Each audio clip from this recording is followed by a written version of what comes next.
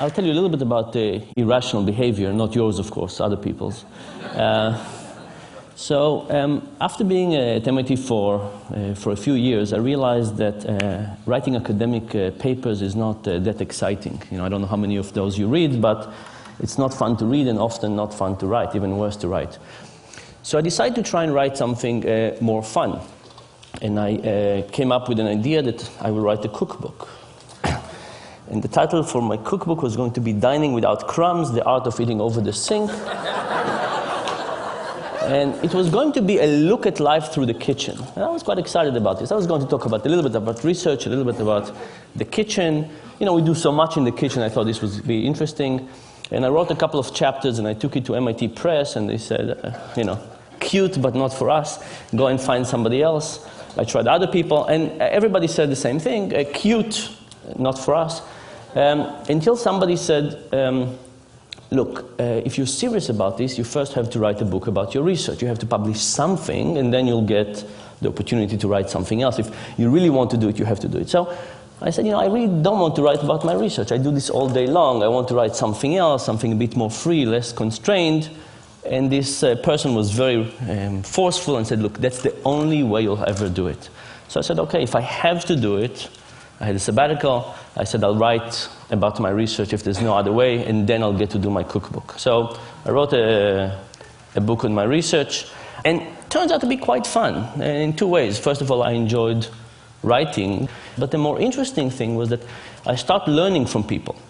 It's a fantastic time to write because there's so much feedback you can get from people. People write me about their personal experience and about their examples and what they disagree and nuances. And even being here, the last few days, I've known really heights of obsessive behavior I never thought about, which I think is just fascinating. I want to tell you a little bit about irrational behavior, and I want to start by giving you some examples of visual illusion as a metaphor for rationality. So think about these two tables, and you must have seen this illusion.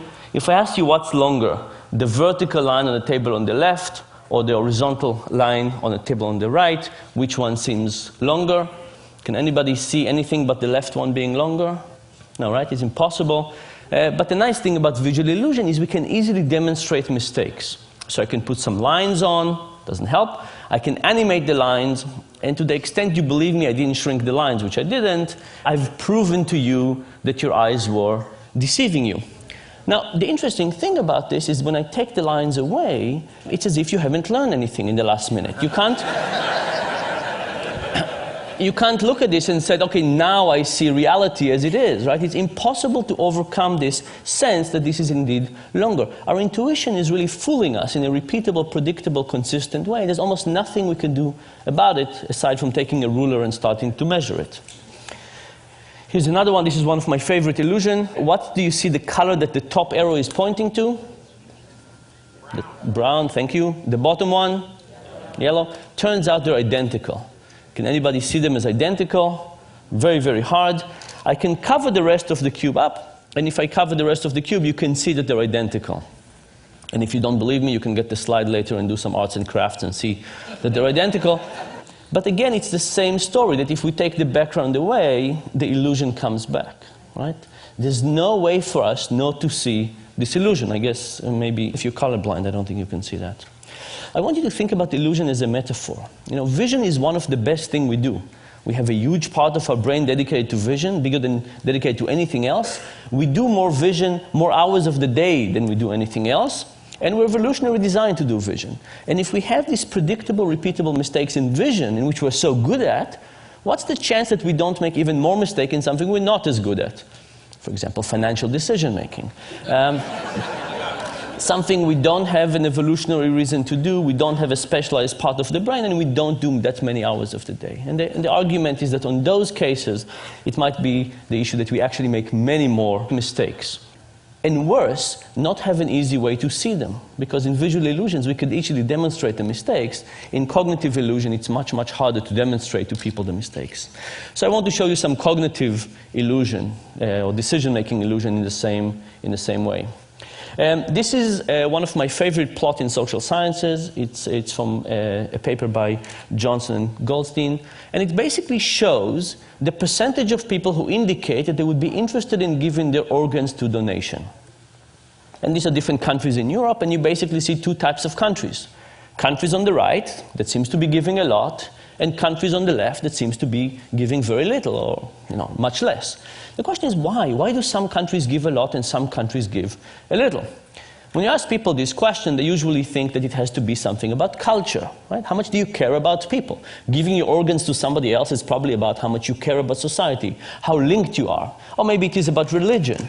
But if you look at this plot, you could see that countries that we think about as very similar actually exhibit very different behavior. For example, Sweden is all the way on the right, and Denmark, that we think is culturally very similar, is all the way on the left. Germany is on the left, and Austria is on the right. The Netherlands is on the left, and Belgium is on the right. And finally, depending on your particular version of European similarity, you can think about the UK and France as either similar culturally or not.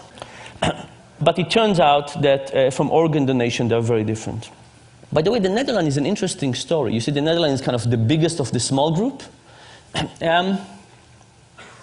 Turns out that they got to 28% after mailing every household in the country a letter begging people to join this organ donation program. Right, so you know the expression, begging only gets you so far? It's 28% in organ donation. But whatever the countries on the right are doing, they're doing a much better job than begging. So what are they doing?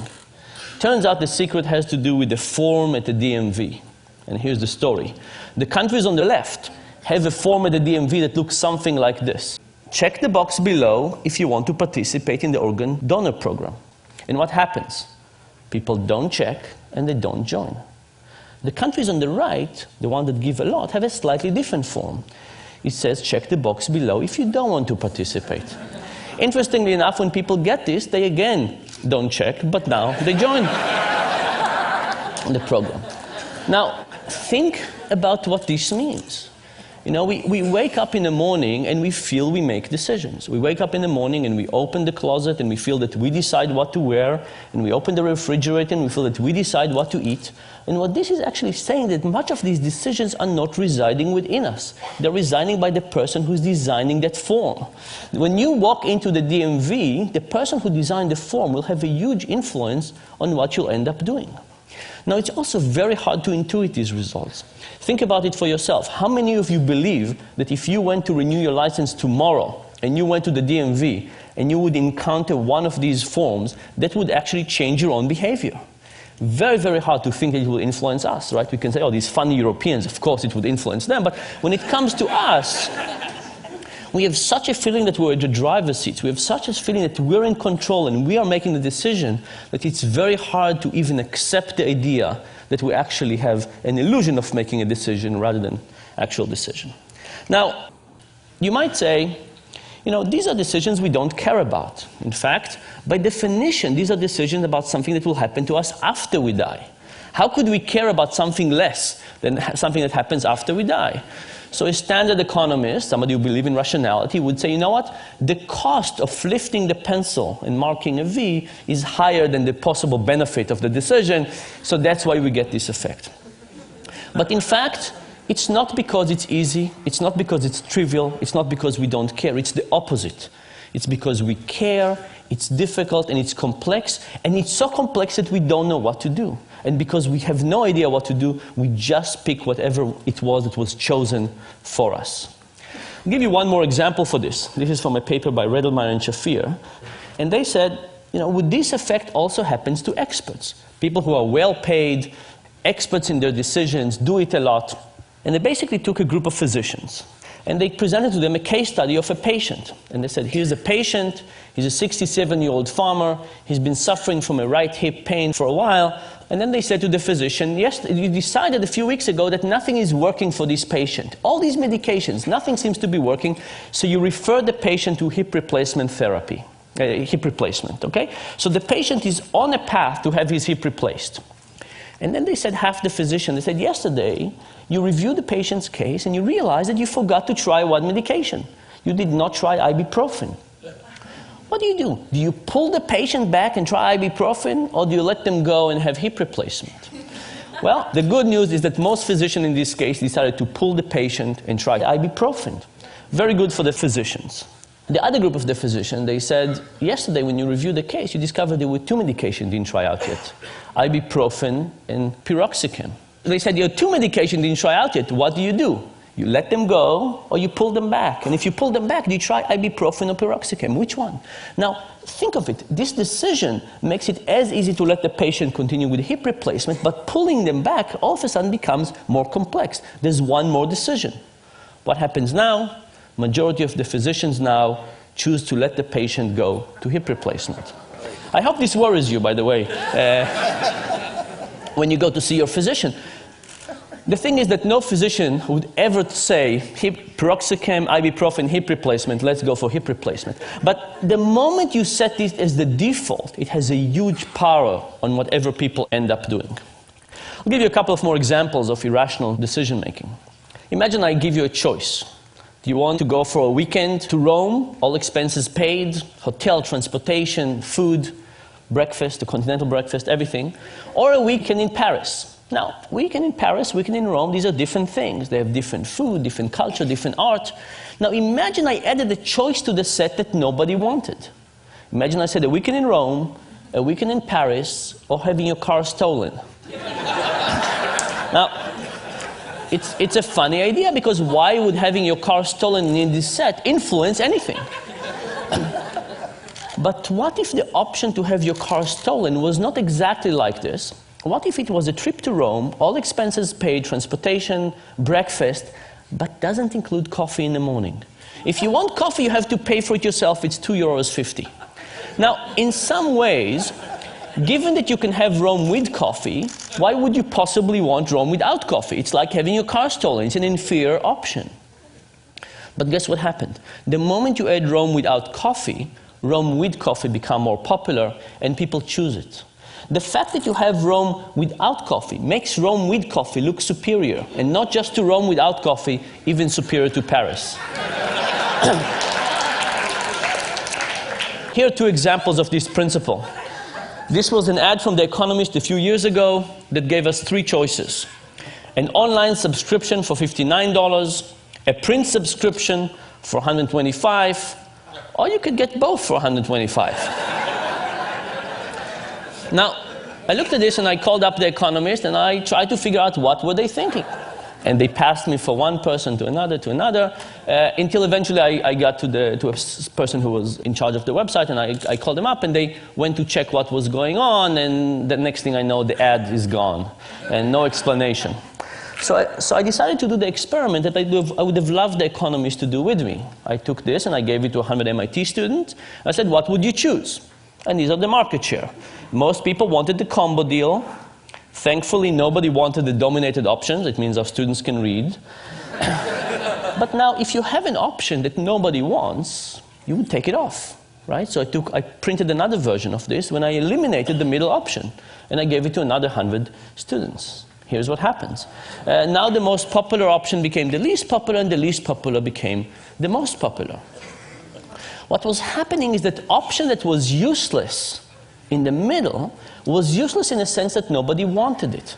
But it wasn't useless in the sense that it helped people figure out what they wanted. In fact, relative to the option in the middle, which was get only the print for $125, the print and web for $125 looked like a fantastic deal. And as a consequence, people chose it. The general idea here, by the way, is that we actually don't know our preferences that well. And because we don't know our preferences that well, we're susceptible to all of these influences from the external forces, the defaults, the particular options that are presented to us, and so on. One more example of this.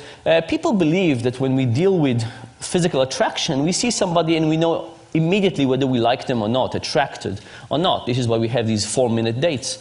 So I decided to do this experiment with people. I'll show you graphic images of people, not real people. The experiment was with people. I showed some people a picture of Tom and a picture of Jerry, and I said, who do you want to date, Tom or Jerry? But for half the people, I added an ugly version of Jerry. I took Photoshop and I made Jerry slightly less attractive. The other people, I added an ugly version of Tom. And the question was, will ugly Jerry and ugly Tom help the respective more attractive brothers? And the answer was absolutely yes. When ugly Jerry was around, Jerry was popular. When ugly Tom was around, Tom was popular. This, of course, has two very clear implications for life in general. If you ever go bar hopping, who do you want to take with you?